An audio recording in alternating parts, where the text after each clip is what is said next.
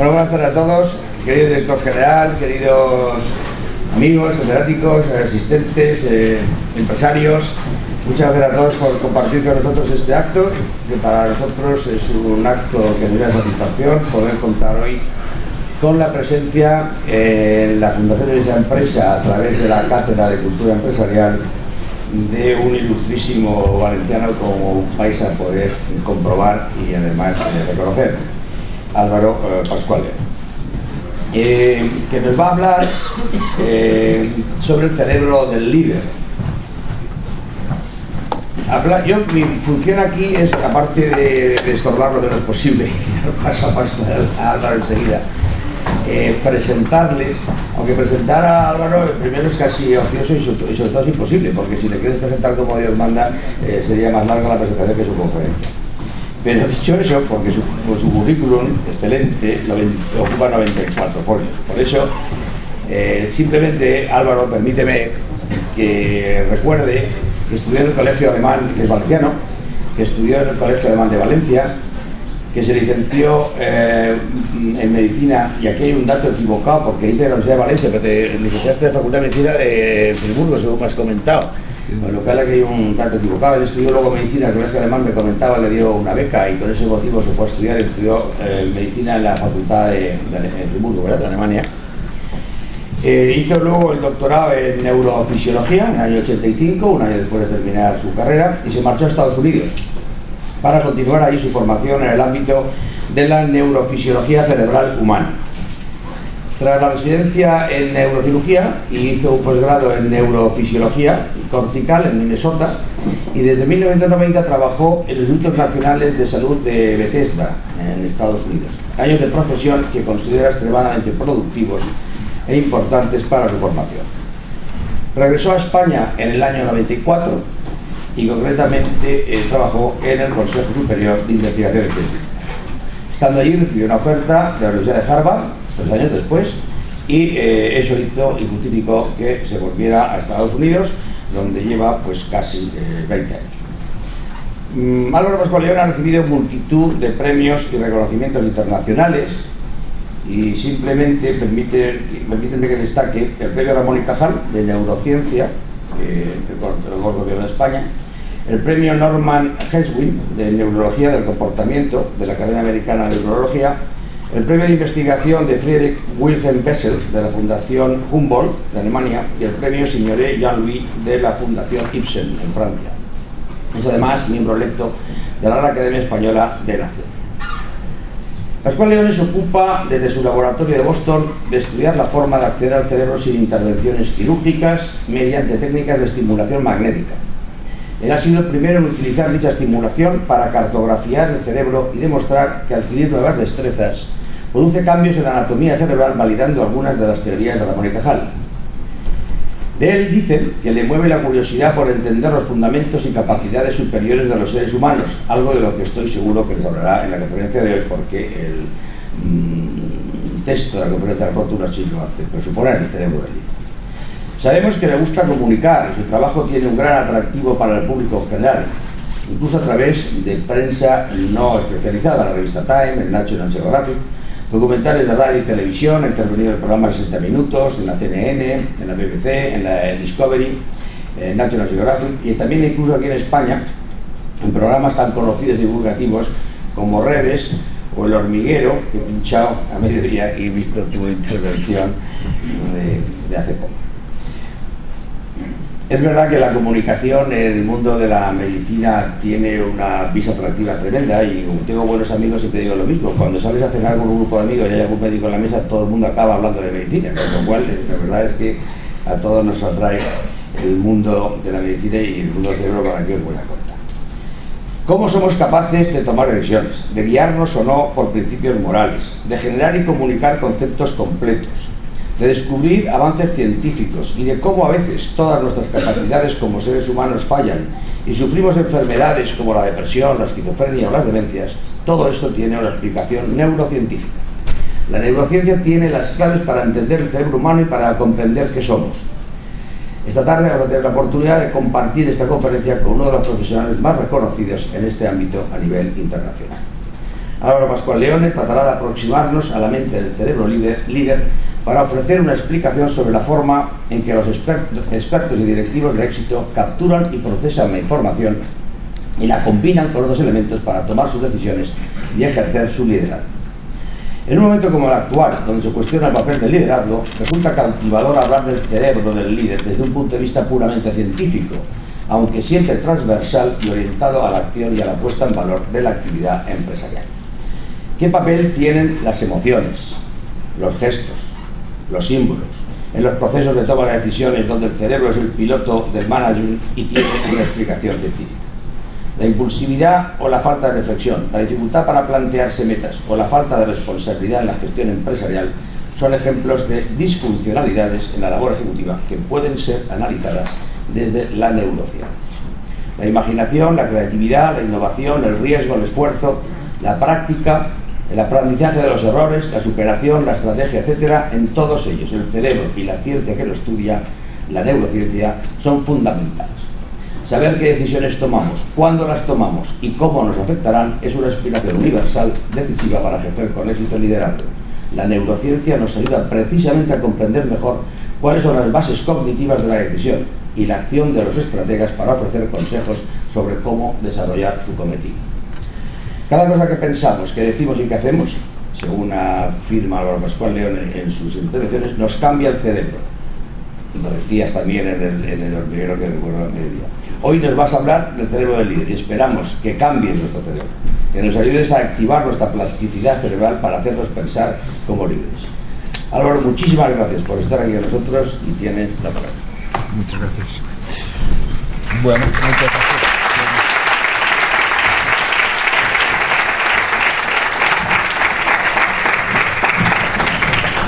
Muchas gracias por la invitación. Es un placer estar aquí. Yo soy valenciano y procuro ejercer de valenciano, así que venir a Valencia es siempre un placer. Yo soy un neurólogo y un neurobiólogo y lo que quiero contaros es que creo que con principios que empezamos a conocer en neurología y en neurobiología podemos entender mejor lo que es necesario, también cuáles son los riesgos y las oportunidades de todo aquello que hacemos y por qué tenemos responsabilidades desde el punto de vista de cómo tratar nuestro propio cerebro para poder hacer una labor tanto a nivel personal como a nivel profesional de significado, que a la postre es en cierto modo lo que creo que acaba siendo ser líderes. O sea, lo que voy a intentar argumentar es que el liderazgo es una realidad humana ineludible. Todos somos líderes para algo, de algo. Las madres son los líderes de sus hijos y de sus maridos. Los maridos son los líderes de lo que pueden, pero sin bromas, todos tenemos una labor de liderazgo ineludible porque hay una neurobiología que hace que todo aquello que nosotros hacemos frente a otros impacte sobre esos otros, quieran o no. Y por lo tanto, si todos somos líderes, todos tenemos una responsabilidad de ser mejores líderes, porque si no, vamos a tener un impacto sobre los demás que a lo mejor es negativo sobre ellos como individuos y a nivel social. Por otra parte, esa realidad creo que conlleva implícitamente el hecho de que el liderazgo sea una misión para toda la vida. Y por lo tanto, debemos de plantear cómo inspirar a los demás, cómo plantear nuestra propia existencia de manera que podamos promover metas mayores que quizá aparentemente sean inalcanzables. Yo creo que intrínsecamente el tener una proyección utópica es importante. Esto quizá sea mi propia creencia de juventud anarquista, pero la realidad es que como seres humanos, independientemente de creencias políticas, una de las propiedades cognitivas, quizá la realmente única propiedad cognitiva que tenemos que nos diferencia de los animales, por lo menos esto dice Green, en uno de los profesores de psicología de Harvard, es nuestra capacidad de prospección. Somos incapaces de vivir solamente en el presente. Tenemos necesariamente la necesidad de proyectarnos hacia el futuro, pero esa capacidad de proyectarnos hacia el futuro nos hace al mismo tiempo tener la capacidad de influir sobre nosotros para que ese futuro sea posible, o por lo menos para que ese camino de vía de futuro sea posible. Y eso a nivel digamos, descriptivo es lo que quiero intentar ver si podemos entroncar a nivel neurobiológico. Lo que quiero argumentar es que el cerebro del líder tiene que ser un cerebro sano, y por lo tanto que hay una realidad de responsabilidad individual de cada uno de nosotros de promover la salud cerebral. Y tendremos que plantearnos qué demonios es eso y cómo conseguirlo.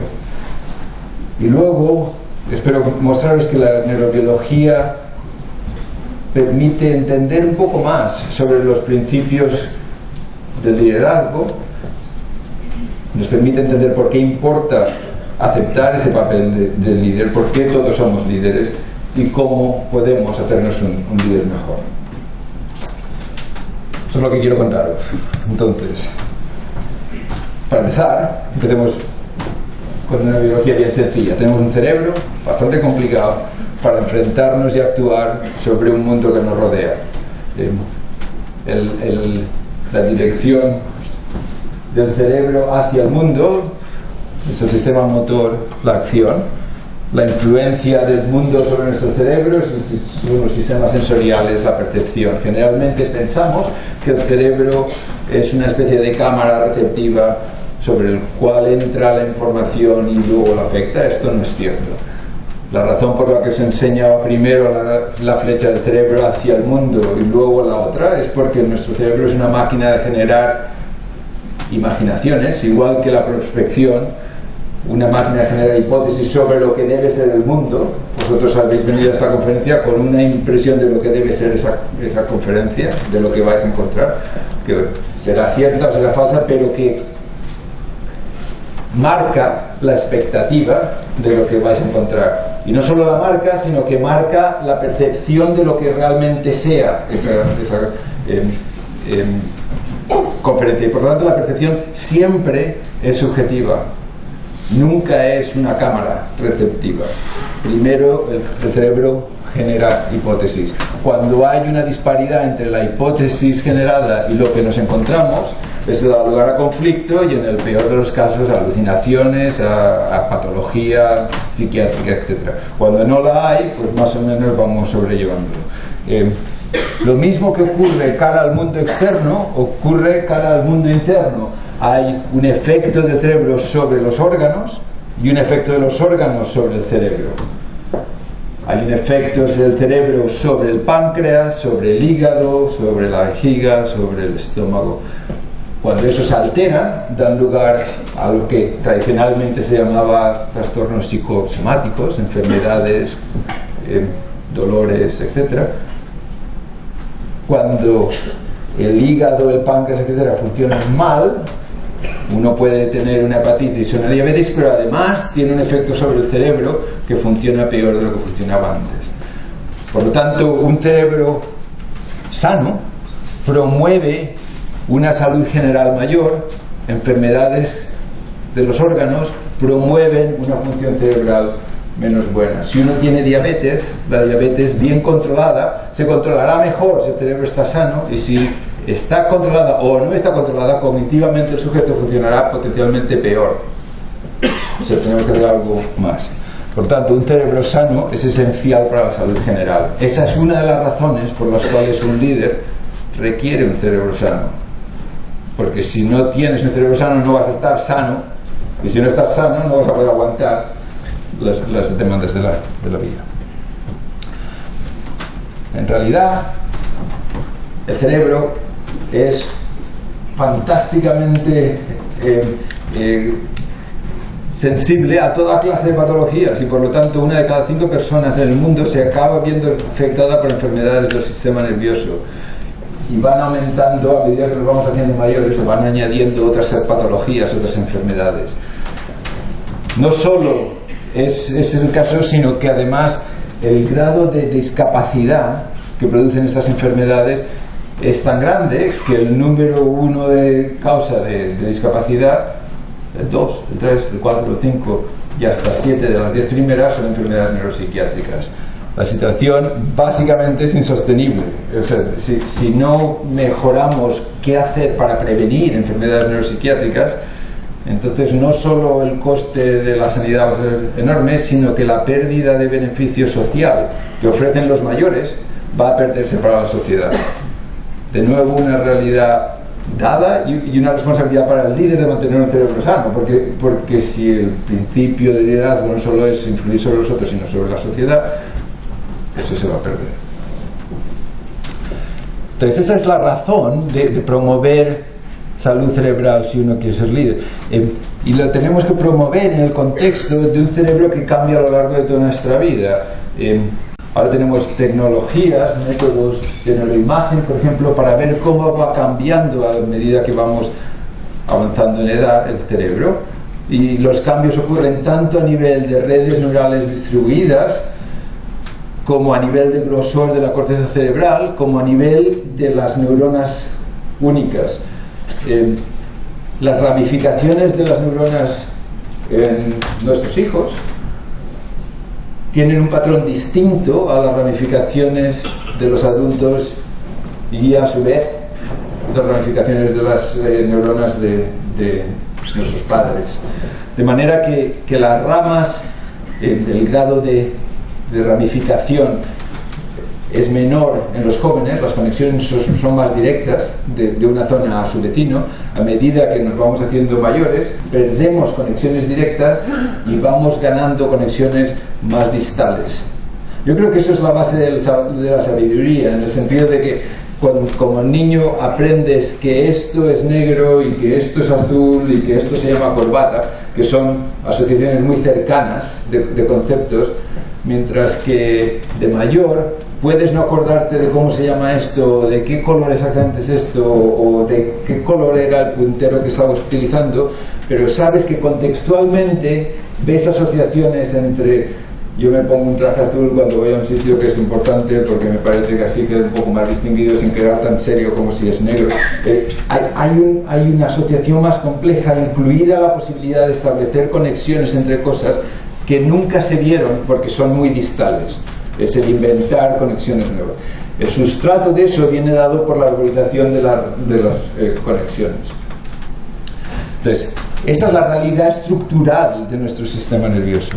Y ante esa realidad estructural, sabemos que las enfermedades de las que estamos hablando se van a desarrollar y las vamos a diagnosticar como neurólogos en un momento dado, pero durante décadas antes ha habido una patología que ha estado cambiando esa estructura, esa realidad estructural. La enfermedad de Alzheimer, por ejemplo, sabemos que cuando vemos problemas de memoria en el enfermo, 15 años antes ha habido ya patología en marcha. En Parkinson, cuando vemos alteraciones en el enfermo, queda aproximadamente un 10% de las neuronas dopaminérgicas. Durante años y décadas antes han ido perdiendo neuronas en un proceso imparable ya, pero que no había dado lugar a síntomas. ¿Por qué no ha dado lugar a síntomas? Porque nuestro cerebro es capaz y está dispuesto a sacrificar recursos para cubrir, para mantener el comportamiento, aunque le cueste. Es como si estás dispuesto a quemar el motor para mantenerte ahí en la pendiente, pero al final pagas el precio de ello. Lo que necesitamos en neurología es poder diagnosticar, no en este momento cuando hay síntomas, ni siquiera aquí, inmediatamente antes de ser sintomático, sino poder llegar a diagnosticar aquí, en salud, para decirle a cada uno de nosotros: oye, si no haces esto vas a dejar de estar en salud. Estás en salud realmente, pero vas a empezar un proceso presintomático. Esto, que es realmente prevenir, mantener salud cerebral, es a lo que queremos llegar en neurología. No estamos ahí, pero empezamos a entender qué cosas hacen falta, y eso es parte de las cosas que yo creo que es importante por lo menos tener conciencia para plantear una vida adecuada para mantener un cerebro sano y por lo tanto ser un líder mejor. ¿Qué cosas en ese contexto vale la pena saber? Que quizá son nuevas. Bueno, en primer lugar, el cerebro es complicadísimo. Lo hace un joven fantástico, realmente vale la pena dedicarse a ello. Pero es complicadísimo porque entre otras cosas, está hecho de un montón de legos, ¿no? Hay 1 billón de neuronas, tantas neuronas como hay en estrellas en la Vía Láctea. Y eso son solo las neuronas, luego hay las células de apoyo, la glía, etcétera, que hay tantas o más, probablemente una orden de magnitud más que de neuronas. Cada neurona tiene unas 10.000 conexiones, o sea que hay aproximadamente 10 a la 18 conexiones entre neuronas o sinapsis. Y uno pensaría que ante esa complejidad enorme de neuronas extremadamente especializadas, la posibilidad de cambiarlas, la posibilidad de modificarlas, no existe. Y de hecho eso es lo que nos enseñaban a estudiantes cuando estudiamos las neuronas. No hay neuronas nuevas, cuando las pierdes las perdiste, cuando se muere algo del cerebro, mala suerte. Resulta que esto no es cierto, ¿no? Estamos haciendo neuronas nuevas continuamente y las neuronas están súper diferenciadas, pero además sus conexiones están cambiando continuamente. Están cambiando tan continuamente que cada 5 segundos podemos verlo a tiempo real, tenemos los instrumentos para hacerlo en vivo, van cambiando. Lo cual acaba planteando la cuestión contraria. ¿Cómo es que yo sigo siendo Álvaro Pascual Leone a pesar de que en el tiempo que he estado hablando todas mis sinapsis han cambiado? ¿Qué da lugar a la estabilidad dada el enorme dinamismo de ese sistema? Por cierto, la primera persona que demostró que había sinapsis y que no todo era una red, una marama de cableado fue Ramón y Cajal en sus dibujos. Ganó el premio Nobel, pero le costó la discusión con Goldie sobre lo que se suponía. Entonces tenemos un sistema de cableado complejísimo, enormemente dinámico, que es altamente eficaz, por lo menos altamente eficiente en su uso de energía. Dado cuánto está cambiando, uno puede mantener en marcha el cerebro humano con una pila de 9 voltios te sirve. Pero desde el punto de vista del gasto de energía corporal es enormemente caro. Vuelve a ser una especie de paradoja. Es muy eficiente, pero estamos continuamente dedicándole a nuestro cerebro el 20% del consumo global de energía, aunque representa solamente un 2% de la masa corporal. O sea, hay algo en nuestro cuerpo que ha decidido que realmente el cerebro es muy importante que le dediquemos algo continuamente, y realmente es continuamente, luego hablamos de esto, pero le dedica mucho más de lo que en masa debería ser. O sea, evidentemente es algo importante. Yo creo que la razón de la dedicación continua, la veremos ahora luego con más detalle, pero tiene que ver con el hecho de que no es solamente cuando estamos dedicados al mundo externo que nuestro cerebro es importante, sino también cuando estamos dedicados al mundo interno. Y por lo tanto esto de descansar el cerebro simplemente no ocurre. El cerebro está dedicado a hacer algo cuando estás actuando sobre el mundo externo, cuando estás escuchando o cuando estás pensando en las 1000 musarañas. Y probablemente necesitamos pensar de vez en cuando en las 1000 musarañas, o mejor meditar de forma más constructiva, pero si no hacemos eso, le quitamos parte de su razón de ser al cerebro humano. Entonces, un cerebro sano es un cerebro no solo que gasta la cantidad de energía suficiente, sino que la gasta para ese dinamismo continuo de sus conexiones, y eso lo llamamos plasticidad. Si pensamos en qué es la plasticidad de forma muy sencilla, podemos plantear que el mundo externo, también el mundo interno, cambia extremadamente rápido. Varios de vosotros tenéis el iPhone y estáis haciendo fotos. Esto, cuando yo iba a la universidad, era impensable. que pudieras tener un cacharrito en el bolsillo, que pudieras sacar y hacer una foto y luego pasártelo y sacártelo en una PDF, esto era, hacías notas. Y esto hacías notas gracias a que había un bolígrafo, porque una década antes necesitabas una pluma para sacarle la tinta y era impensable lo del bolígrafo. Y antes de eso cogías un cincel y hacías con una piedra.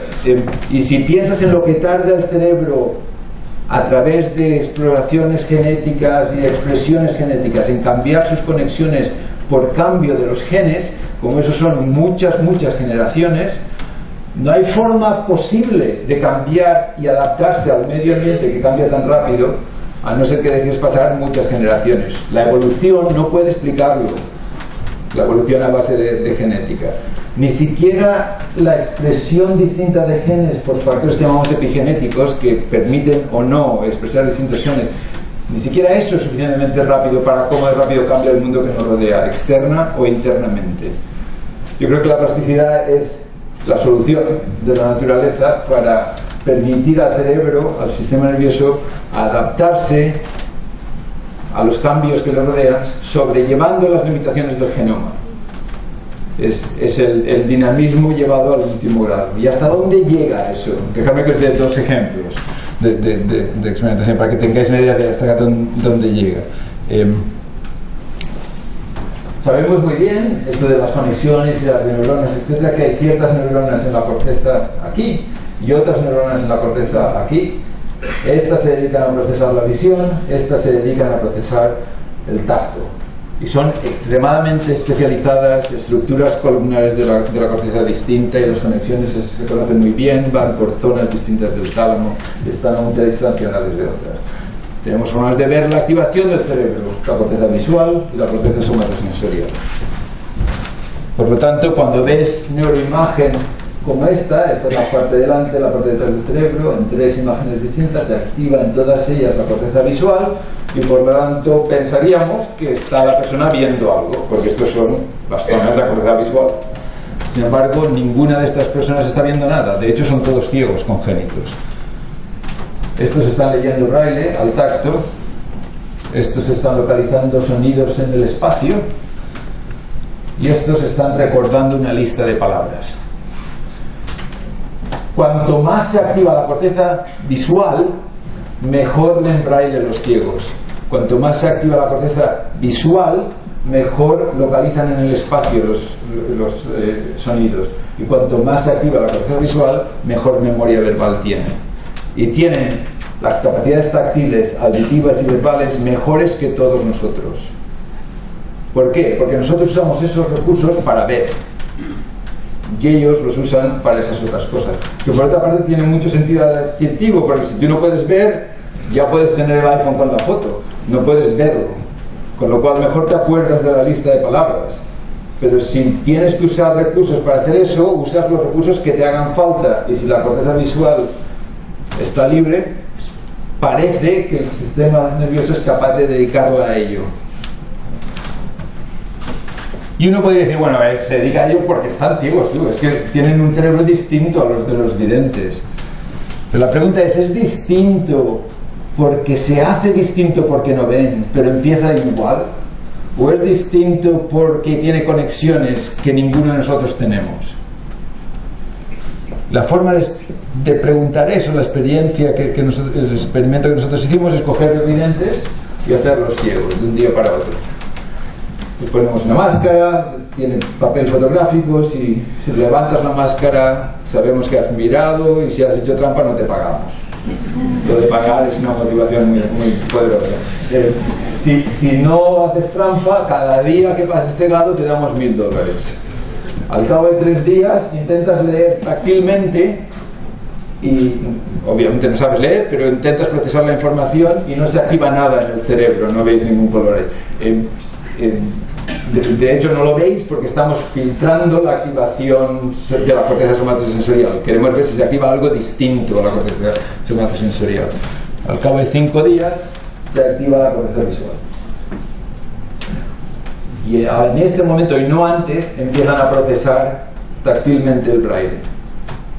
5 días es demasiado poco tiempo para establecer nuevas conexiones. Aunque fuera teóricamente posible, no hay forma, dado el crecimiento de las neuronas, aproximadamente 1 centímetro al día, de cubrir una distancia desde aquí hasta aquí en 5 días, perdón, 1 centímetro al mes. No hay forma de cubrir una distancia en unos cuantos días. Tiene que haber conexiones que se desenmascaren, que tengamos todos nosotros, que se activen. Pero aún mayor prueba es que si quitas la máscara, al día siguiente de quitar la máscara, la corteza visual vuelve a procesar la visión y por lo tanto ya no eres capaz de leer táctilmente el braille que te acabamos de enseñar. Literalmente se te ha olvidado. No se te ha olvidado, pero ya no lo puedes hacer porque ahora estás dedicando la corteza visual a la visión. Y esto es en horas. O sea, tenemos conexiones todos nosotros, en esa marama de conexiones, que no solo van a distintas áreas para el oído, para el tacto, etc., sino que conectan esas áreas entre sí. Y si quitamos la visión, si la perdemos, incluso temporalmente, entonces hay una reorganización de las conexiones dentro del cerebro, activando conexiones que existen. Y a través de información no visual, ahora vemos. Y este tipo de demostración de experimentación lo podemos hacer con distintos sistemas. Por ejemplo, en vez de hacer algo tan dramático como hacer gente ciega, podemos hacer algo tan sencillo como decirle: mira, esto es un piano, aprende a hacer un ejercicio de 5 dedos. Cuando oigas el metrónomo le das, y cuando vuelvas a oír le das con el meñique. Entre medio tú mismo te lo montas, pero quiero que cada tecla vaya a la misma velocidad, con la misma fuerza, con el mismo intervalo. Y para estar seguro lo conectamos a un ordenador y nos aseguramos que va a ser tiempo. De nuevo, si les pagas lo suficiente y se dedican 2 horas al día a hacerlo, es bastante aburrido. Entonces, al cabo de 5 días lo saben hacer. ¿Qué pasa en el cerebro? En el cerebro lo que pasa es que de día a día, a día a día, el área del cerebro que se dedica a controlar flexión de dedos se agranda. Y eso es enormemente rápido, de nuevo. Tienen que haber esas capacidades, esas conexiones existentes. Pero plantea otra pregunta distinta. La pregunta distinta es: ¿entonces los pianistas solo tienen manos en el cerebro? Eso no puede ser. Tiene que haber algo más. Tiene que haber algún proceso más. ¿Cuál es ese proceso más? Aquí veis el aumento de la representación en la mano entrenada, no en la mano no entrenada. Y de hecho, lo notable es que eso ocurre cuando la entrenas de forma física, cuando te pagamos para que toques. Pero si te sentamos enfrente del ordenador, del piano, y te decimos: oye, piensa que estás haciéndolo, no toques. Y para estar seguro que no tocas, te hacemos vídeo y te controlamos los músculos, no estás moviendo nada, simplemente te estás imaginando que lo estás haciendo. ¿Qué pasa a nivel cerebral? Exactamente lo mismo que si lo haces físicamente.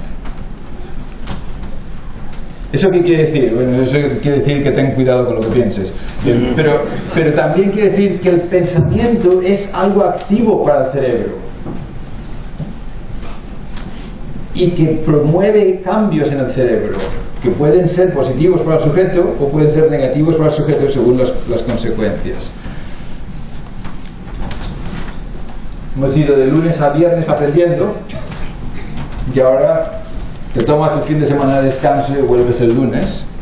Y lo mismo que pasaba con el quitarte el antifaz, cuando vuelves el lunes, lo que habías cambiado en tu cerebro ha desaparecido.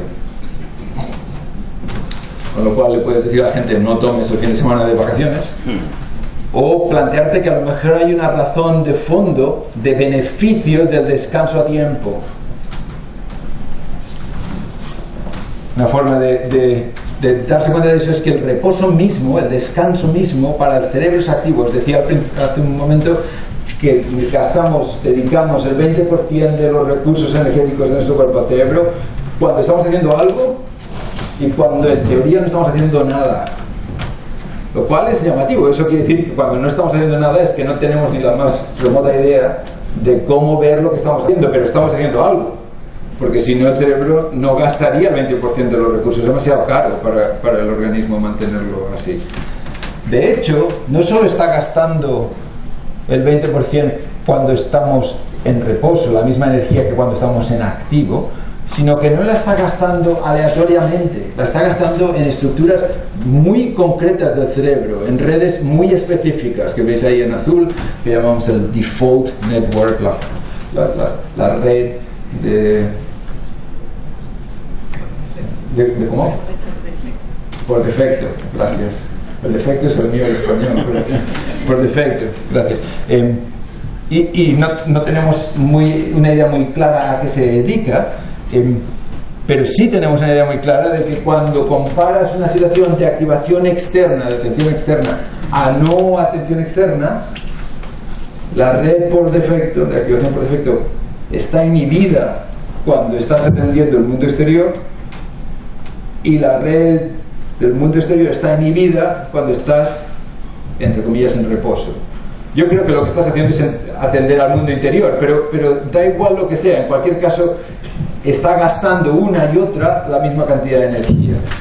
Y cuando aquí pasas un reposo, partes de la red del mundo exterior, en rojo, que se dedican a controlar tus movimientos de flexión, se reducen, por lo tanto pierdes lo que has ganado, pero ha tenido lugar un cambio, un balanceo entre redes que quizá tenga un significado.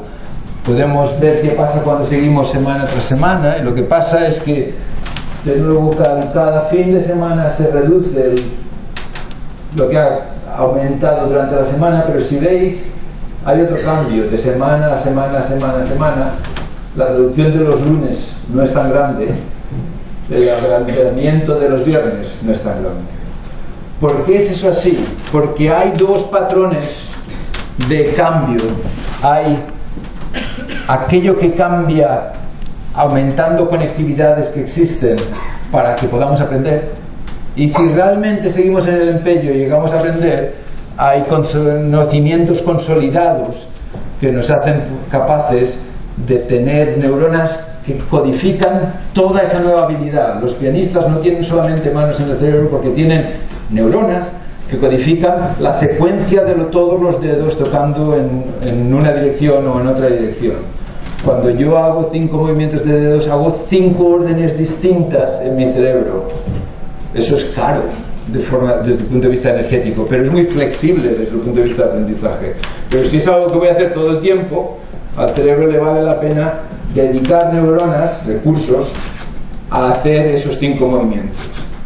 Es lo mismo que cuando tienes un colegio y tienes estudiantes que quieren hacer muchas cosas y luego te das cuenta que todos quieren aprender a hablar español y a escribirlo adecuadamente, y tienes profesores que son especialistas en lengua y especialistas en matemáticas. Es esa especialización que tiene lugar a tiempo real dependiendo de la demanda en el sistema nervioso central. Entonces, esto me lo voy a saltar. La idea principal es que el descanso a tiempo es importante porque promueve una plasticidad que realmente tiene dos niveles. Un primer nivel de uso de conexiones que existen y un segundo lugar de arborización, de estructuras nuevas, de nuevas conexiones que viene con repetición y que desarrollamos con el tiempo.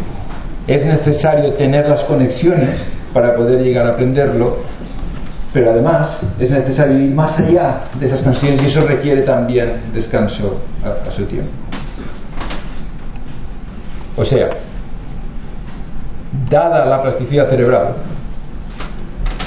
dado el hecho de que este sistema está cambiando continuamente, está cambiando con cada cosa que hacemos y con cada actuación que hacemos sobre otros, los líderes cambian su cerebro y los de otros. Por lo tanto, es importante tener un cerebro capaz de actuar, plástico en sí mismo, pero hay que darse cuenta que además, quieras o no, potencialmente vas a tener una responsabilidad porque estás cambiando el cerebro de los otros. Y la razón por la que es una responsabilidad, obviamente, es porque cambias el cerebro de los otros y los otros pueden no apreciar el cambio, y la historia está llena de ejemplos de ese tipo. Lo que es notable desde el punto de vista puramente filosófico, digamos, es que los cambios que tienen lugar a nivel individual en el cerebro del individuo pueden ser negativos para ese individuo, pero a nivel social pueden ser beneficiosos. Es complejo.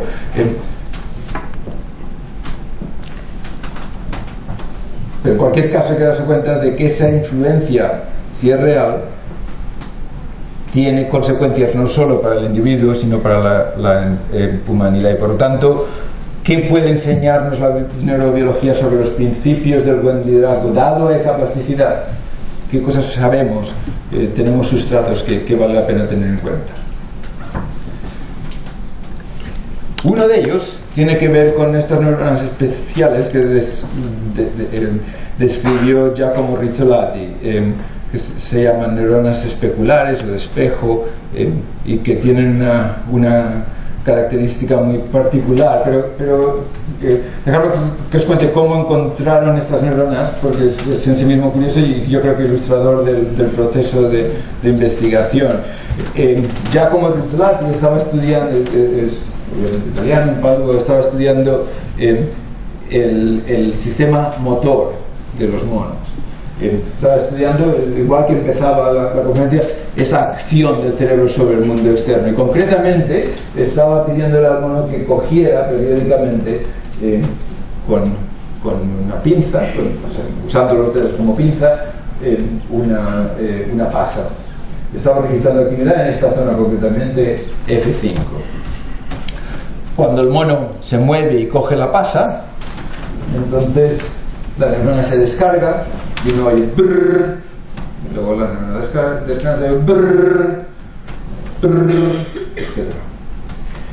Esto, de nuevo, como empezáis a tener la idea, es bastante aburrido.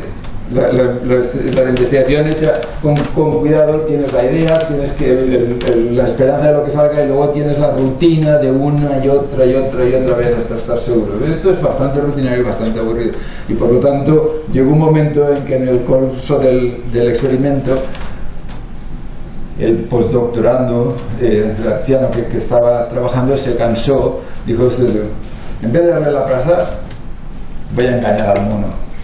Me mataba, le voy a dar la pasa, se la voy a enseñar y luego la voy a coger yo, muy rápido, para fastidiar. Los neurólogos y neurobiólogos hacemos estas clases gilipollas. Pero lo notable es que si prestas atención a lo que está pasando, incluso la serendipia del momento puede dar lugar al gran descubrimiento, y este es un ejemplo de eso. Cuando Graziano hace esto, esta neurona que se activa cuando el mono coge, resulta que también se activa cuando el mono ve que tú le coges, de la forma en que él hubiera cogido. Por eso se llama en espejo, porque la acción hecha enfrente de ti activa las mismas neuronas, las mismas células que se activan cuando tú haces algo. ¿Eso qué quiere decir? Eso quiere decir que cuando yo hablo, se están activando en vosotros las mismas neuronas que te permiten hablar. Cuando yo hago esto, se están activando aquellas que te permiten hacer esto. Si yo fuera un perro y ladrara, como vosotros no tenéis la capacidad de ladrar, no se activarían las neuronas del ladrado. Son específicas a lo que es, y es específico no solo a la visión, sino también a la audición, al tacto, etc. Pero tenemos un sistema resonante en las cuales nuestras neuronas literalmente hacen cuerpo a aquellas cosas que ves frente a ti. Por eso, liderar realmente es liderar por ejemplo, porque quieras o no, tu ejemplo marca el cerebro del otro y lo cambia. Lo cambia también a través de la palabra, no solamente a través del gesto. Ahora os lo mostraré. O sea, el ejemplo no es solamente el ejemplo hecho, pero es la actividad hecha frente al otro.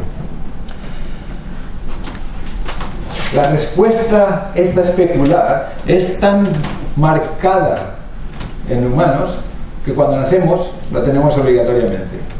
De nuevo, las madres, me lo digo un cachondeo, lo saben muy bien, pero no fue hasta 1977 que Meltzer decidió demostrarlo experimentalmente, demostrar algo que las madres saben, y es que si tú gesticulas frente al bebé y le das un tono suficientemente alto, imitando lo que él es capaz o ella es capaz de hacer, el bebé imita. El bebé te sonríe. Esa imitación obligatoria le llevó a publicar en Science, lo cual de nuevo te demuestra que las publicaciones son lo que son, pero no necesariamente llegan al conocimiento nuevo, ya lo había antes. pero demuestra algo que es el principio de Rizzolatti, y es que cuando tú realizas una acción, activas ciertas áreas y ciertas neuronas; cuando observas una acción, activas las mismas; cuando imaginas una acción, activas las mismas. De nuevo, lo notable es que nuestro cerebro es capaz de darse cuenta de que esto me lo estoy imaginando, no lo estoy haciendo. Cuando eso falla, lo llamamos generalmente psicopatología, pero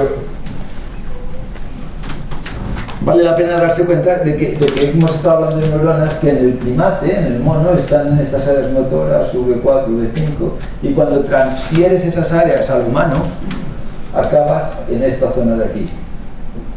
En otras, pero también en esta zona de aquí. Y esta de aquí, esta amarillita de aquí, esto es lo que normalmente llamamos el área del lenguaje. Esto es la zona de Broca. Esta es la zona que ha dado lugar a la localización en neurología.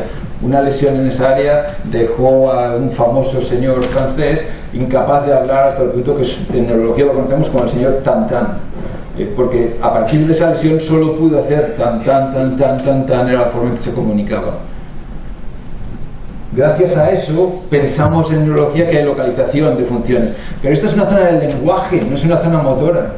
¿Eso qué quiere decir desde el punto de vista del liderazgo y de la acción especular?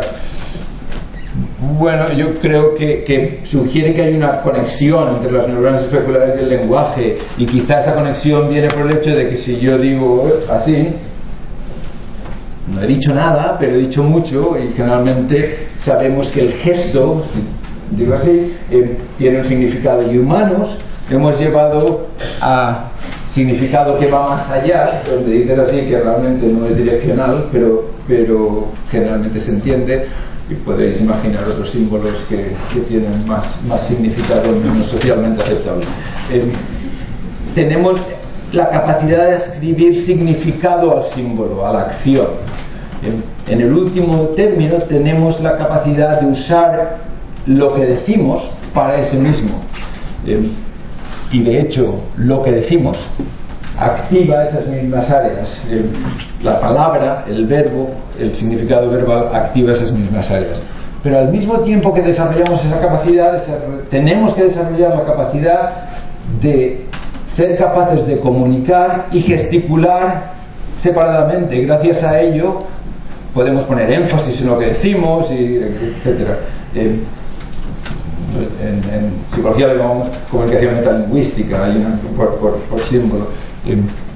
A nivel de neurobiología, eso lo que quiere decir es que las neuronas especulares, que se activan cuando yo hablo y se activan cuando yo gesticulo, tienen que estar en un área determinada, el área 44 en humano, da lugar a la conexión al sistema motor, eso es lo que el M1 quiere decir, pero tienen que estar reguladas, inhibidas por zonas prefrontales. Tenemos toda una cadena de áreas, una cadena de neuronas que permiten desvincular la imitación obligatoria que tiene el bebé y que tarda un tiempo en desarrollarse. Por eso la mayoría de nosotros, cuando alguien nos acerca y dice hola, ¿cómo estás?, no hacemos imitando obligatoriamente, salvo si perdemos estas neuronas que son prefrontales y que en neurología lo llamamos degeneración frontal. Es una forma de demencia, que clásicamente un señor francés lo escribió, Lermite, que literalmente fue a la casa de los enfermos y demostró que tenían imitación obligatoria. Que si yo cogía y me quitaba la chaqueta, Carlos se levantaba y se quitaba la chaqueta. Si yo empezaba a bajar los pantalones, él se empezaba a bajar. Literalmente, no me lo estoy inventando. Eso es la foto que está en la publicación de la revista Muscle Neurology. Una imitación obligatoria que puede dar lugar a una ecodalia, yo hablo y tú hablas, etc. Pero eso en patología es porque se has perdido estas neuronas que normalmente inhiben. Los niños imitan porque no las han madurado suficientemente. Pero todos nosotros las tenemos en mayor o menor grado de funcionamiento. En algunos contextos particularmente vegetativos, por ejemplo, relación con comer, con masticar o con bostezar, es particularmente difícil inhibir esas neuronas especulares y por lo tanto muchos de nosotros, si alguien estornuda, estornudamos, bosteza, bostezamos. Pero generalmente cuando dicen hola no decimos hola inmediatamente, ecolálicamente, sino lo decimos con intención. por este sistema complejo y sofisticado, es por lo que es importante darse cuenta que lo que haces, el ejemplo, es lo que acaba teniendo el impacto. Pero además, gracias a este sistema, literalmente mi cerebro siente tu dolor. Porque hace corpóreo la sensación de dolor en ti. Cuando tú presentas sujetos con imágenes como estas, o como estas, de alguien con una aguja, o con un accidente, etc., y lo comparas con situaciones como esta, donde todo parece muy semejante pero es ligeramente distinto, en la sensación de dolor se activan los mismos circuitos que se activan cuando yo tengo dolor. Yo sé que no tengo dolor, el que lo tienes eres tú, pero gracias a esa activación soy empático, por lo menos puedo serlo, porque tengo una idea de lo que quiere decir que tú tengas dolor. Literalmente tengo una idea, una percepción corpórea dentro de mi cerebro. Y ahora resulta que nos hemos dado cuenta que eso que es así es modificable, modulable por un montón de cosas. Cosas como la expectación. Si yo te digo, oye, te va a doler un montón, se activa más que si te digo, no te va a doler nada. También se activa, pero menos. Cómo desconectados socialmente estemos. Si yo te digo, oye, yo que soy tu buen amigo, te voy a estar aquí a tu lado y te voy a acompañar, y te muestro la misma imagen, se va a activar menos. Cómo de creíble, de buena o mala reputación sea yo, cuánta confianza tengas, etc. Sabemos que dependiendo de todos esos factores, se va a activar más o menos ese sistema resonante y voy a sentir más o menos tu dolor. Dejadme que os muestre un ejemplo. Para ilustrar la expectación, tú puedes coger y decirle, esto es la sensación, este es un estímulo doloroso, obviamente, estoy poniendo una aguja en la mano y se activa un cierto circuito que es el circuito resonante. Ahora dices, mira, esto es una tórula de algodón, no duele, y se activa una zona totalmente distinta del cerebro, no se activa esa zona dolorosa. Ahora yo te digo, mira, esto es un sujeto que tiene una enfermedad muy curiosa, que te hace insensible al dolor. O lo hemos anestesiado y no es capaz de sentir dolor. Y te presento exactamente el mismo estímulo, y ahora con el estímulo doloroso con la expectativa de dolor, porque tiene una situación donde es muy sensible, o por el estímulo doloroso en la situación de no dolor. En ambos casos se activa tu expectativa, no se activa lo que estás viendo. O sea, de nuevo es una situación donde lo que pensamos que va a pasar, lo que estamos anticipando en nuestro cerebro, altera lo que realmente se activa.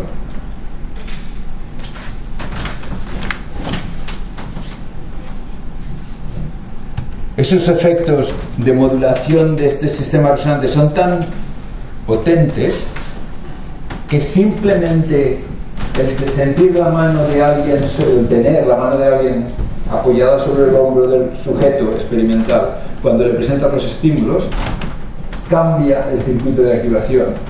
Si ese alguien es alguien conocido, es la esposa o el esposo. Si ese alguien es alguien que no conocen, no cambia nada. O sea, no es por tener la mano sobre el hombro, es porque yo siento una conexión con ese alguien que me pone la mano. Esa expectativa mía, es decir, si yo siento dolor, tú me vas a ayudar, a apoyar, eso cambia la expectativa. Si la esposa o el esposo le dice, yo te ayudo, eso no es suficiente, es la mano sobre el hombro lo que es suficiente. O sea, ¿qué quiere decir sobre el liderazgo? Volvemos a tener un poco la misma idea, ¿no? Es lo que haces, también es lo que dices, pero es el ejemplo lo que acaba siendo crítico. Es el contacto lo que acaba siendo crítico. Es la presencia lo que acaba siendo crítico. Es la expectativa que generas, y esa expectativa va a ser mayor y más directa en su impacto sobre los cerebros de los que lo rodean cuanto más cercana sea. Y consistente con eso, el efecto es particularmente dramático si se induce o si se ha creado una situación de confianza y una certeza de integridad. Yo siento lo que sientes, pero solo lo siento si me fío, si te tengo confianza. Si no, entonces no siento lo que sientes, simplemente pienso que tú eres alguien que no vale la pena evocar en mí. Tú eres un perro, literalmente. Eso, como yo no sé ladrar, pero tú sí, no tengo neuronas especulares para ti, para dedicarme a ti.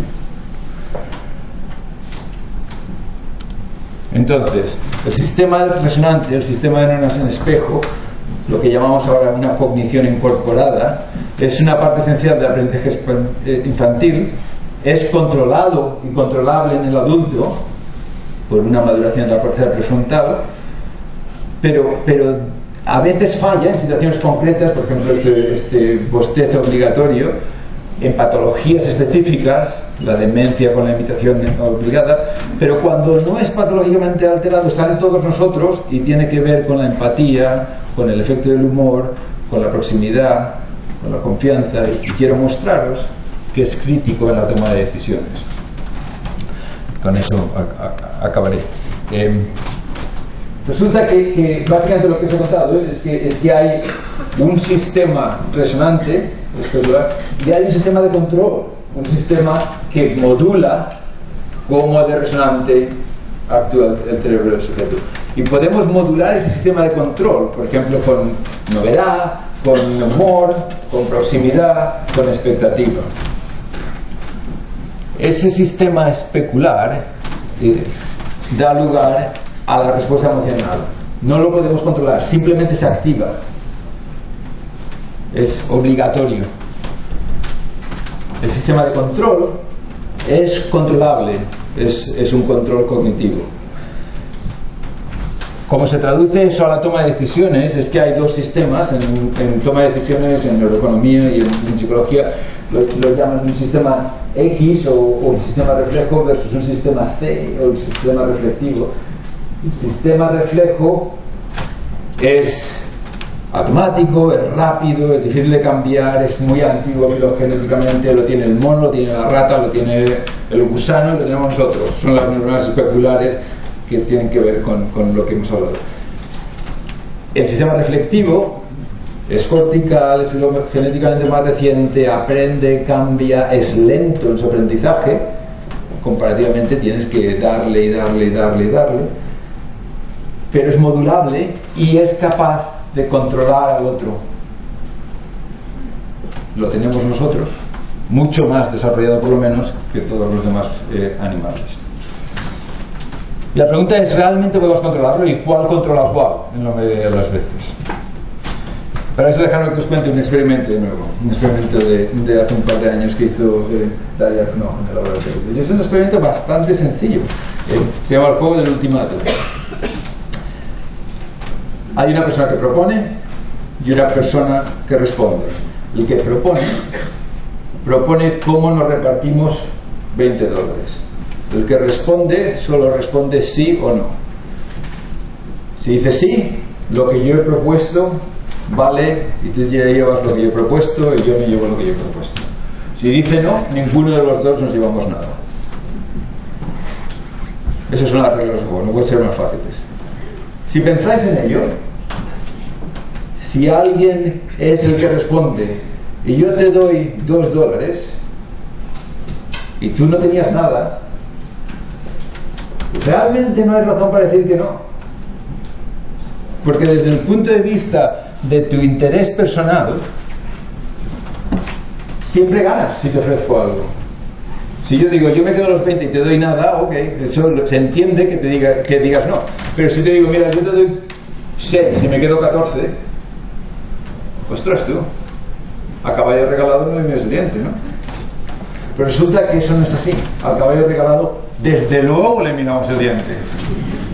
Porque tenemos en cuenta igualdad y reciprocidad y hacemos algo notable que llamamos el castigo altruista, y que da lugar a que la gente rechace ofertas incluso cuando representan 3 meses de su propio salario. A mí mi mujer me mataría, pero realmente lo hicimos. Entonces, en vez de decir $20, dijimos, aquí hay un juego $20.000. Y yo me voy a quedar 14.000 y te voy a dar $6.000. La gente dice, ni hablar. ¿Tú cuánto cobras? $1.000 al mes. Es notable. Lleva lugar a rechazos de hasta el 80% cuando lo que te ofrecen es 25% de la cantidad posible. Y cuando miras qué se activa en el cerebro, se activan en el que responde, el que ofrece era parte del experimento, este no nos interesa, el que responde es el que nos interesa. Y se activan dos circuitos, los mismos dos circuitos que os estaba hablando. Uno especular, conectado con la respuesta emocional, límbica, etc. Y otro prefrontal, relacionado con el control cognitivo. Y la pregunta es, ¿quién dirige a quién? Cuando yo te digo, mira, yo te doy 6.000 y me quedo 14.000, lo primero que te surge es, hostia, tú fantástico, me acaban de dar $6.000. Y luego dices, espera, ¿cómo que se queda 14.000? Este es un mal nacido, ni hablar. O es al revés, o sea, lo primero es que te surge el cogerlo, especular, emocional, y luego la justicia social, digamos. O es al revés. Primero dices, este tío es un cabrón, se va a quedar 14.000. Pero bueno, a mí me van a dar 6.000. ¿Cómo ocurre? Lo que predeciría es, por lo que os he contado hasta ahora, es que lo primero que ocurre es la respuesta emocional, me lo quedo, y luego entra lo otro. Y exactamente eso es lo que ocurre. Cuando tú bloqueas la corteza prefrontal, lo cual podemos hacer con técnicas de estimulación invasivas, los sujetos aceptan todo lo que le des. Y dices, mira, yo te voy a dar 0 con 1 céntimo y me voy a quedar 19,99. Fantástico, sí. Quitas el modulación del control, te conviertes en un imitador obligatorio, en un especulador, en otro sentido, obligatorio. Te riges por los deseos hedónicos, por impulsos, por riesgos, por comportamientos básicamente concentrados. Si me dan, me lo llevo. Entonces, el último punto que quiero destacar como líderes es que lo que tenemos que hacer no es solo usar, en el sentido sensato y adecuado, esas resonancias, esas resonancias comportamentales, esas neuronas especulares, sino también fomentar, no solo en nosotros, sino en aquellos que intentamos liderar, ese control cognitivo que les permita apropiadamente juzgar cuáles ofertas aceptar y cuáles rechazar. Y la pregunta es si se puede entrenar el control cognitivo. Y resulta que todo aquello que nos sirve para tener un sistema nervioso, un cerebro más sano, más plástico, también nos sirve, probablemente porque es a través de ello que nos sirve, a tener un control cognitivo mejor. El ejercicio físico literalmente aumenta la zona de la corteza que rige el control cognitivo. Aumenta el grosor, aumenta la valorización dendrítica en esa zona. Los retos cognitivos nuevos, de plantearse algo que no haces normalmente, ese entrenamiento cognitivo aumenta esas mismas zonas. Estimulación cerebral puede usarse, pero las cosas como plantearse retos nuevos, hacer cosas nuevas, hacer ejercicio físico, dormir adecuadamente, todos los moduladores de la corteza cerebral en su plasticidad benefician ese control cerebral. Y se pueden instaurar con medidas de cómo de plástico es un cerebro individual, intervenciones y medidas de nuevo para ver si realmente está teniendo el efecto deseado o no, y eso es lo que nos desarrolla en este Brain Fit Club. Y ese es el website si queréis mirar un poco más de detalles. Entonces, en resumen, lo que he intentado contaros es que el cerebro del líder es, en primer lugar, un cerebro sano. Y un cerebro sano, en primer lugar y sobre todo, es un cerebro plástico. Un cerebro capaz de adaptarse a los retos de la cotidianidad. Los mecanismos de plasticidad cambian con el tiempo en la vida del individuo y por lo tanto el reto es guiar esa plasticidad para mantenerla. No tenemos capacidad de activar y desactivar la plasticidad. La plasticidad es una propiedad intrínseca del cerebro. El cerebro es plástico, va a cambiar, queramos o no, pero las consecuencias de ese cambio van a ser mejores o peores para el individuo.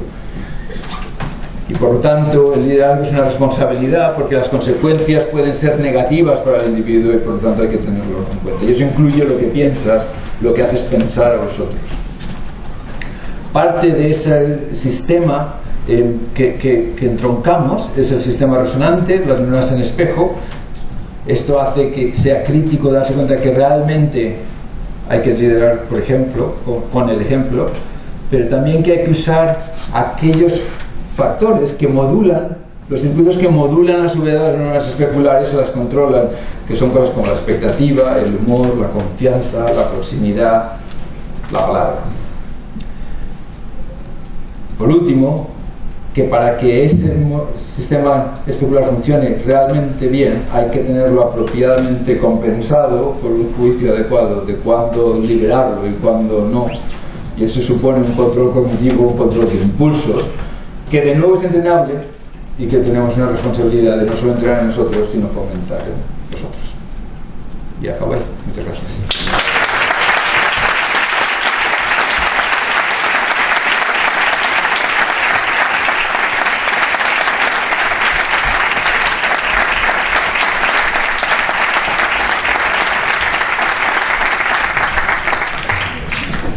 Álvaro, muchísimas gracias.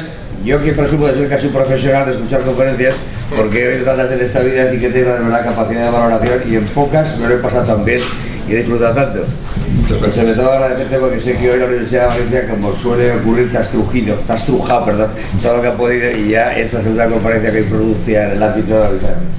No obstante lo cual, yo no sé si te brindas a que haya 2 o 3 preguntas de coloquio de interés colectivo. Claro, aquí no nos hagamos todos el psicoanálisis o la neuroanálisis. Pues bueno, por lo menos 3 o 4 preguntas, son las 8:20, no sé, a 20 minutos, un cuarto de hora, para que Álvaro pueda responder a las cosas que puedan interesar. ¿Quién quiere formular la primera pregunta? Sí. Como líderes, nos interesa fomentar estas mismas características en la gente a la que lideramos. Esa es muy buena pregunta. Y se acopla esto con aquello, no lo sé. Es que no sé si se acopla. Quítalo, perdón. ¿Lo apagamos ahí? ¿Apago esta? No, que se quede como está. Sí, vale. Sí, ¿Mantengo este encendido entonces? Está bien. Vale. Es muy buena pregunta y yo creo que depende un poco de cuál sea la finalidad de nuestro propósito de liderazgo. No dictatorial, sino si lo que quieres es evitar conflicto y que te sigan sumisamente, entonces, independientemente de cuáles sean los resultados, entonces cuanto más parejo a ti, cuanto más resonancia haya, mejor.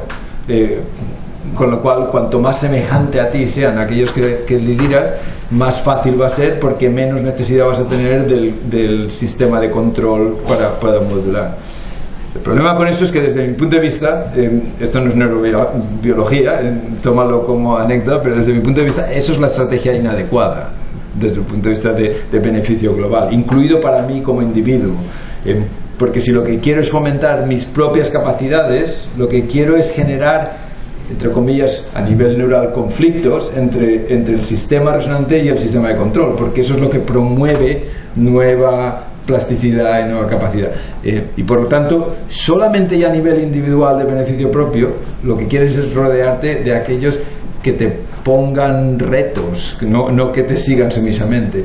Eso es independientemente del hecho que yo creo que en economía, en negocios, etcétera, donde se han estudiado esto con mayor detalle, hay mucha evidencia de que jerarquías donde hay poco seguimiento y más uniformidad de disparidad de criterios, por lo tanto, mejor resultado en el último término da, y por lo tanto desde el punto de vista biológico, desde el punto de vista de resultados, probablemente lo que quieres es que sean distintos a ti, lo cual va a dar lugar a menos entroncamiento de resonancia, pero al mismo tiempo más oportunidad de desarrollo de nuevos sistemas de control. Han pedido la palabra aquí, pero damos si no arco un orden, luego ahí tienes tú la palabra y ahí hay 3 por el momento. Hola, buenas tardes. Creo que has ilustrado perfectamente el poder de la visualización y el poder de la meditación como técnica para los líderes. Sí, gracias. Esto, de hecho, me lo he saltado porque me parecía que se alargaba demasiado, pero he mencionado que hay este efecto del reposo, entre comillas, donde se activa una red por defecto que es específica. Esa red por defecto se activa particularmente cuando uno hace meditación. Y su mayor activación, su mayor conectividad, el aumento de conectividad de esa red da lugar a una mayor capacidad dinámica cuando estás prestando atención al mundo externo. O sea, realmente la meditación fomenta la restauración totalmente. Y desde un punto de vista puramente por lo que sabemos de neurobiología, un cerebro sano es un cerebro plástico, está diciendo. Una de las cosas que en ese intento de promover un cerebro sano, una de las cosas que sabemos que es particularmente eficaz es la meditación, y probablemente algo que deberíamos hacer todos.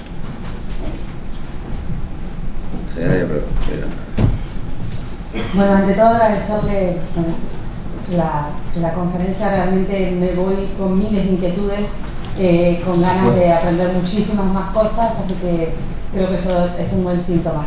Tendría muchísimas más cosas para preguntarle, pero lo que acaba de decir me genera otra inquietud más.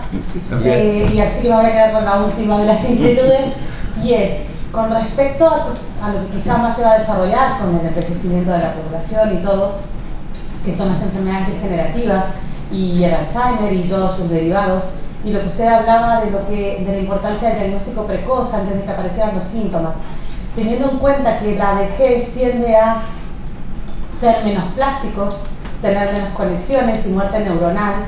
¿Qué ejercicios o esos ejercicios que usted dijo, aparte que todo el mundo dice los viejos tienen que jugar al sudoku, pero bueno, es una frase hecha, hay algunas características especiales para el diagnóstico precoz y para favorecer, más que el entrenamiento mental, la plasticidad?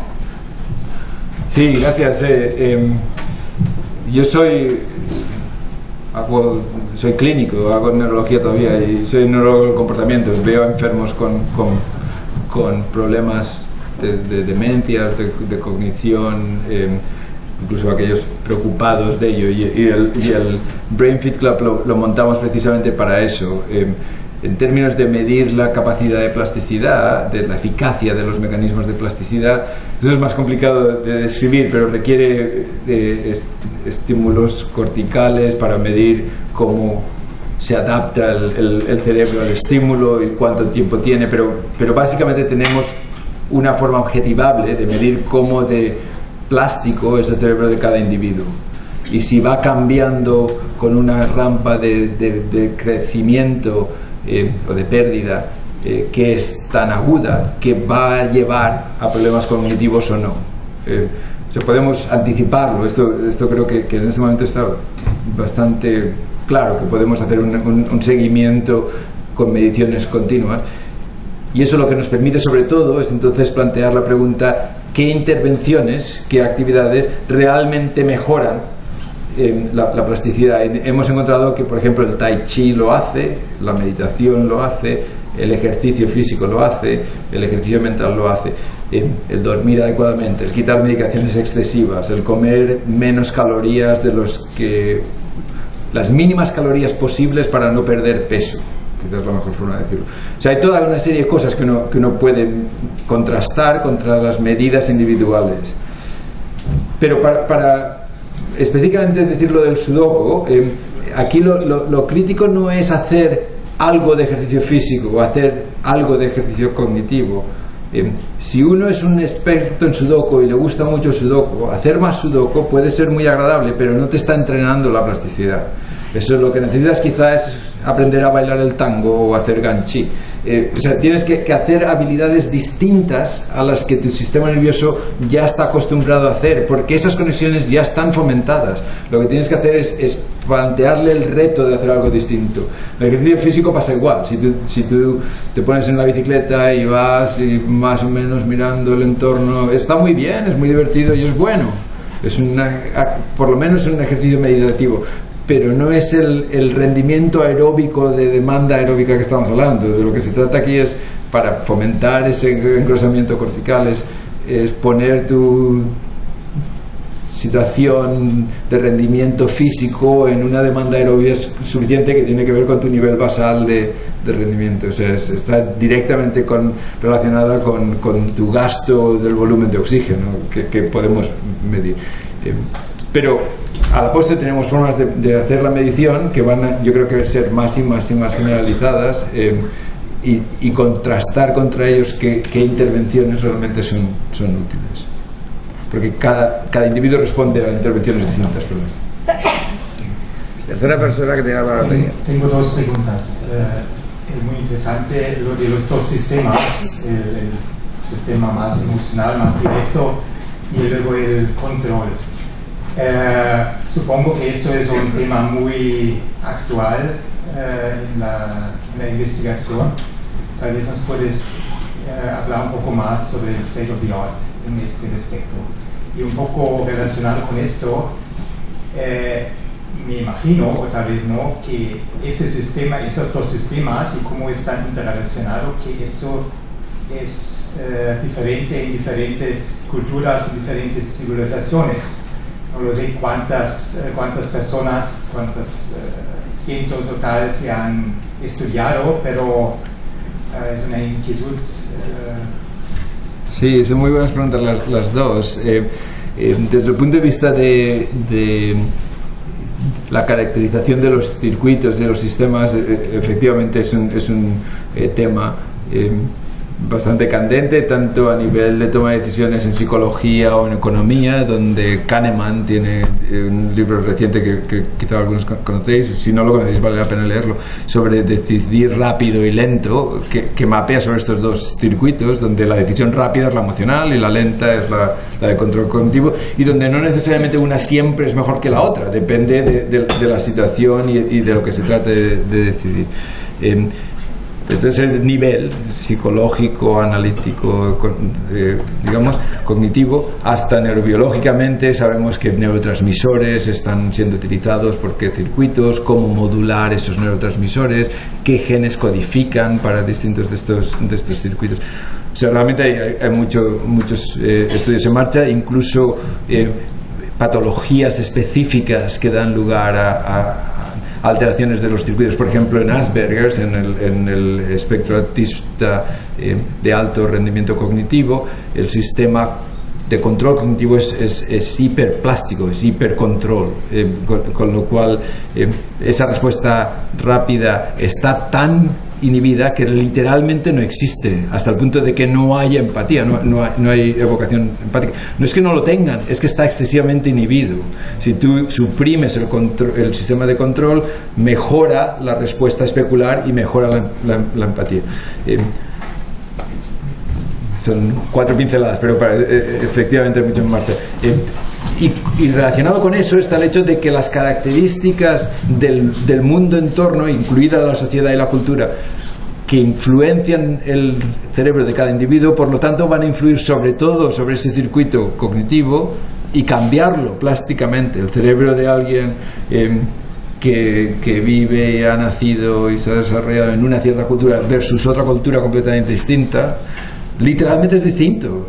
Son cerebros distintos, no porque haya, que además las hay, diferencias genéticas de salida, sino porque hay influencias del medio entorno que epigenéticamente modifican la expresión de los genes, y además hay potenciación de ciertas conexiones por las experiencias vividas que a su vez modifican las respuestas, y por lo tanto hay diferencias culturales en aquello a lo que respondes empáticamente en un cierto caso o en otro. Algo muy sencillo que a mí mis hijos que me destacan todo el tiempo es que para mí el estar con alguien es estar con alguien. Lo cual en Estados Unidos quiere decir que probablemente lo estoy casi sexualmente abusando.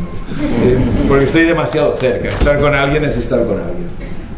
Y esa distancia corporal resulta que modula el sistema especular, de manera que para los latinos el estar con la mano tocando es muchísimo más importante que para los vikingos daneses estudiados en Minnesota. Todo ello está en el mismo contexto cultural. O sea, mi mujer es vikinga danesa, por cierto, pero encantadora. Pero, o sea, simplemente son influencias de distintos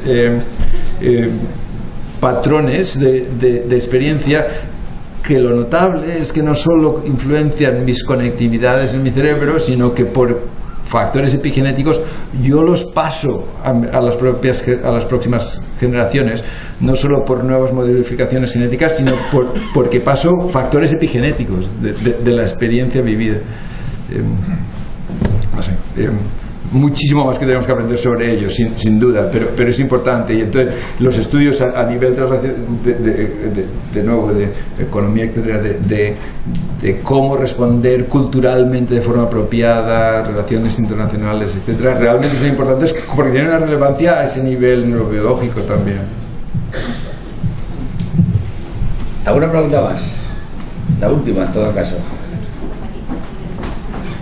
¿Hay alguna solicitud? Sí, una pregunta.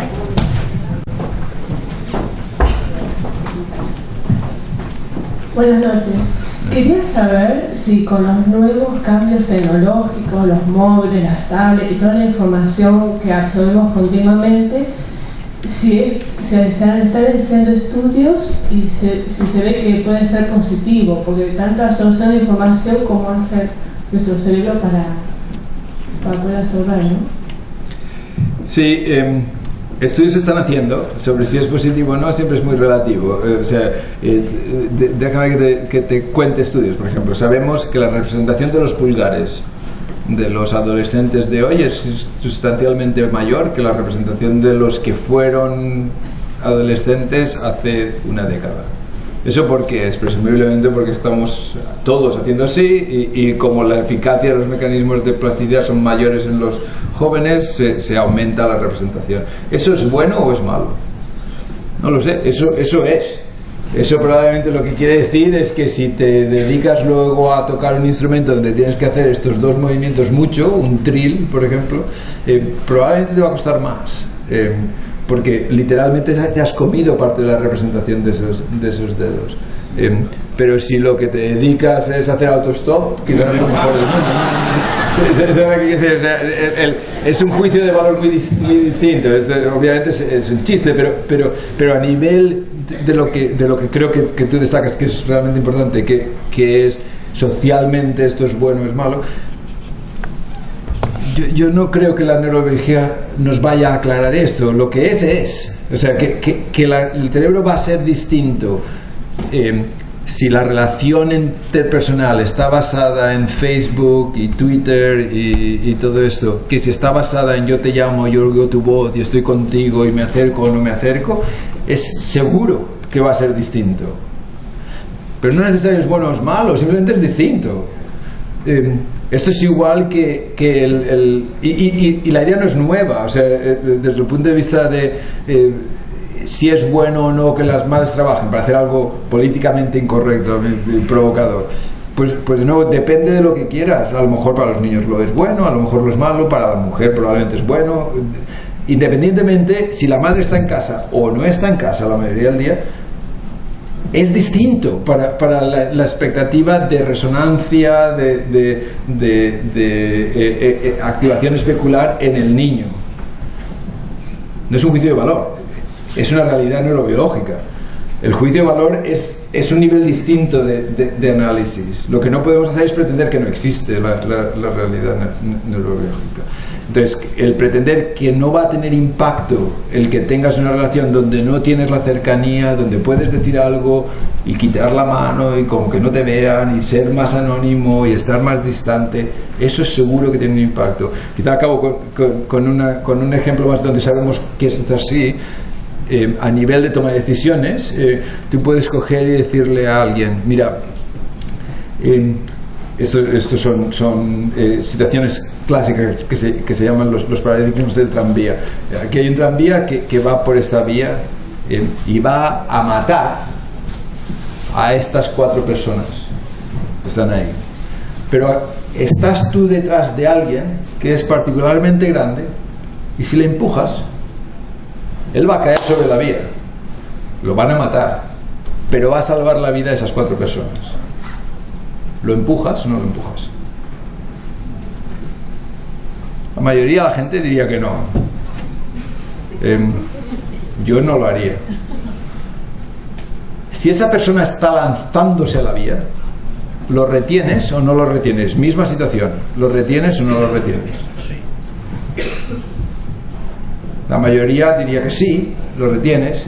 Pero ahí hay más gente que diría, bueno, es que si él ha decidido que nos va a salvar, tú, ¿quién soy yo para decirle, no?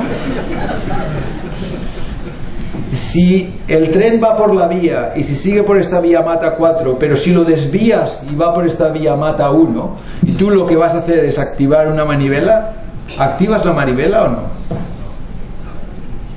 Sí, mate a 1. ¿No? El 96% de la población mundial dice sí. Es la misma situación. En el extremo, os puedo poner la situación más extrema, que es, no hay tranvía, el señor en cuestión viene al hospital y yo sé que tiene 4 órganos que si se los saco va a salvar a estas 4 personas. ¿Los saco o no los saco? Eso generalmente nadie dice que sí. Hannibal Lecter, ¿no? Pero la mayoría de la gente dice, pero el resultado es el mismo desde el punto de vista de consecuencia. ¿Qué es lo que es distinto? Es distinto cómo de distal está mi acción sobre las consecuencias. Es distinto cuánto control cognitivo tengo que usar para inhibir esas neuronas especulares. Cuanto más proximidad hay, más difícil me va a ser. Y por lo tanto, si generas una situación de mayor distancia, más retos van a haber. Y por lo tanto, más problemas van a haber de un cierto tipo. Pero al mismo tiempo, más oportunidades de otro tipo. O sea, impacto va a tener, si es bueno o malo, dependerá cómo lo usamos y cómo lo legislamos.